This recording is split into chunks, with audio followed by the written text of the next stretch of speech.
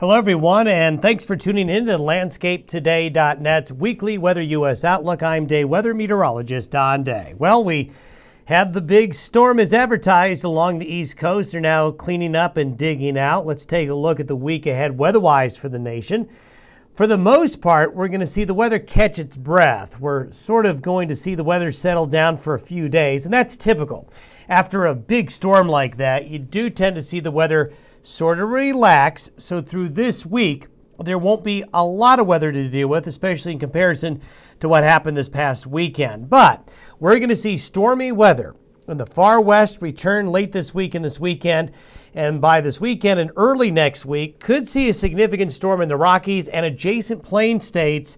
That could end up moving into the Midwest early next week. Places like Chicago, Omaha, something we'll need to watch. And as we look at the east, it's cold after the storm. It's going to warm up. Then it's going to get colder again looking in the long term. Let's take a look at the jet stream. Currently right now, we see this west-east jet stream flow before it dips south into the East Coast.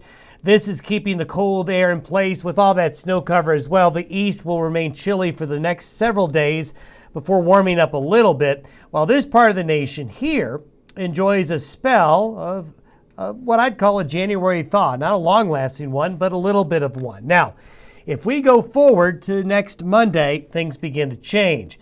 Here is the stormy weather hitting the West Coast and the Rockies. This will lead, in turn, to a warm-up.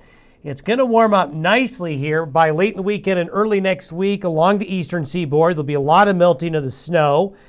However, it won't necessarily be dry, but there will be a break from the cold. However, once we get past Monday of next week, this whole area of low pressure here will translate east.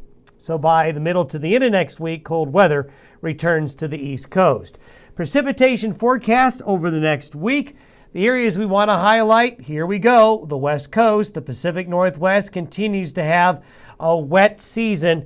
The snowpack in California continues to be above normal. It's very close, if not slightly above, the big El Nino snow year of 97 and 98. And they're going to add to those totals. We could see Southern California getting into the rain this weekend as well. Notice here in the southeast United States, some rain and thunderstorm activity along the Gulf Coast. And for you folks in Florida, it looks wet. Not a lot of snow here in the Great Lakes and Midwest and East, but there's going to be some. So in this area here, especially the Great Lakes, into Chicago, Cincinnati, Cleveland, we're looking at some snow, enough of it to be a problem and enough for certainly folks in the snow removal business to be busy. One thing I want to highlight is that by early next week, this area here could be under the gun for significant snow late in the weekend and early next week. Could have a major plain storm early next week. That's something that you're going to want to watch. Thanks for tuning in to LandscapeToday.net, long-range U.S. weather outlook. I'm meteorologist Don Day. We'll talk to you next week.